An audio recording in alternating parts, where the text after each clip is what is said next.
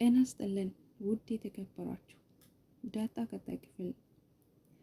የሰላምዬ ደብዳቤ ናታን የተቀበለውን አደራ ለባላደራው ሊያደርስ ነው። ናታን ለዳጣ ደብዳቤውን ሊሰጣት ነው።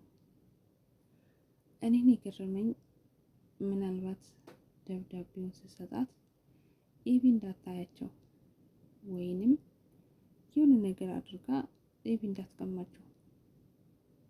ዳጣ ደብዳቤውን እስከምትከፍትና እስከምታይ ድረስ በጣም ጓግታለች።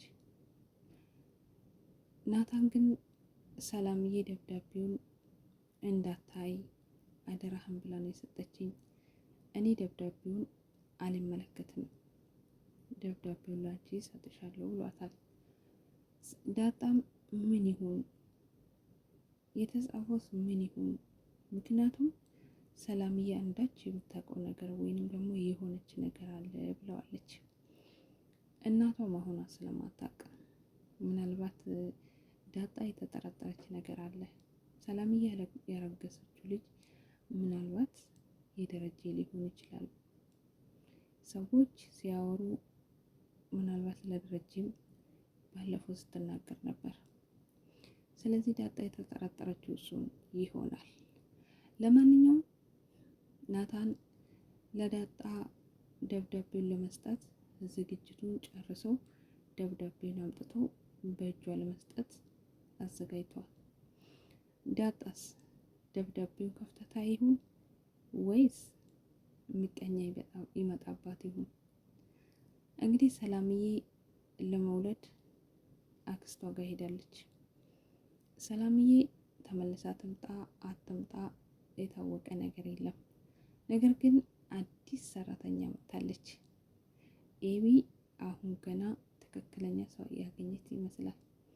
ምክንያቱም ገና ከመግባቷ ናታን ቆንጆ መሆኑን ለውሃን ተናግራለች። ውሃም እየሮጠች ሄዳ ለናታንና እንዲሁም ለኤቢ ተናግራለች። ኤቢ ወዲያውኑ ልጅቷን ለመቆጣት ወደ ቤት ገብታለች። ልጅቷ ግን ቀላል ሰው አትመስልም። ምናልባት ከኤቢ ጋር የምትያያዝ ይመስለኛል በናታን በኩል። ኤቢ ቀልድ አታውቅም። ኤቢ ለአባቷ አዝናና በሰላም አውርታ አታውቅም። ነገር ግን አባዬ ቡና ጋብዘኝ በማለት ደረጀን እዛ ሄዳ ምን እንደሆነና ለምን እንደተጨነቀ ለምን እንደማይነግራቸው ጠይቃለች። እሱም ታዲያ እኔ ቢሞት እኔ ጉዳት ቢደርስብኝና የሆነ ነገር ቢሆን ምን ታደርግልኛለች ብሏታል። ታዲያ እሱ የሚጠይቃትን ጥያቄ አላቅም እኔ እንጃ በማለት መልሳለች። ታዲያ ደረጀ እኔ በህይወቴ እስካለሁ ድረስ እኔ ስታጭ ምን እንደምትሆኝና ምን እንደሚያጋጥምሽ አታውቂም ብሏታል። እሷም ከአባቷ የሆነውን ነገር ምን እንደተቸገረና ምን እንዳስጨነቀው ለመጠየቅ ተጠግታ ነበር። ደረጀ ግን ምንም እንደሌላ ነግሯት ወደ ቤት ወስዷታል። ማርታ ተጨንቃለች።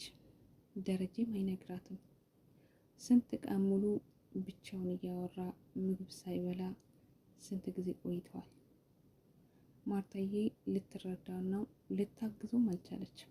ምክንያቱም ምን እንደሆነና ለምን እንደዚህ እንደሆነ ለማርታ ስላልተናገራት። ማርታም በየቀኑ ጠይቀዋለች። ደሬ ምን ሆነክ ነው?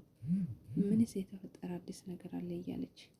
ደሬ ግን የራሱ ጉዳይና የራሱ ጭንቀት ስለሆነ ምንም አይነግራትም። ደሬም በጣም ተጨንቋል። ነገሩን መፍታት አቅቶታል። ለአንድ ልጅ ሲጨነቅ የነበረ ሰውዬ ዛሬ ሁለት ነገር ሲሆንበት እንዴት ነገሮቹን ይፍታ? በጣም ከባድ ነው። ቤተሰቦቹ፣ ሚስቱ፣ የሚወዳቸው ልጆች እንዲሁም ደግሞ ሞቅ ደመቅ ያለ ቤት በዚህ ምክንያት ስፈርስና ማርታ ደግሞ ስነገራት ምን እንደምትሆን ምን እንደሚገጥማል እውነት ችላ ትሰማለች ወይስ ትታመማለች የሚል ደረጀን አስጨንቆታል። ደረጀ አምላኩን ጠይቋል። ይሄ ነገር እንደው በሰላምና ለማርታም ብነግራት የልጆቼ እናት ናት፣ ልጆቼ ቢበተኑብኝስ፣ ባለቤቴን ባጣስ፣ ፈጣሪ ሆይ እንደው እርዳኝ፣ መላ ስጠኝ በማለት ፈጣሪውን ተማጽኗል። ደረጀ ፈጣሪ እርዳው። እውነት በጣም ነው ያሳዘነኝ ደረጀ። ምክንያቱም ብቻ ደረጀ ዳጣን በስህተትና ስህተት እንደሆነ ሙሉ በሙሉ አምኖ ተቀብሏል። የአሁኑን ግን ያው የሰላምዬ ጥፋትም ቢሆን ደረጀ ምን የሚያውቀው ነገር የለም፣ ምን የሚያስታውሰው ነገር የለም። ነገሩ ሆኗል።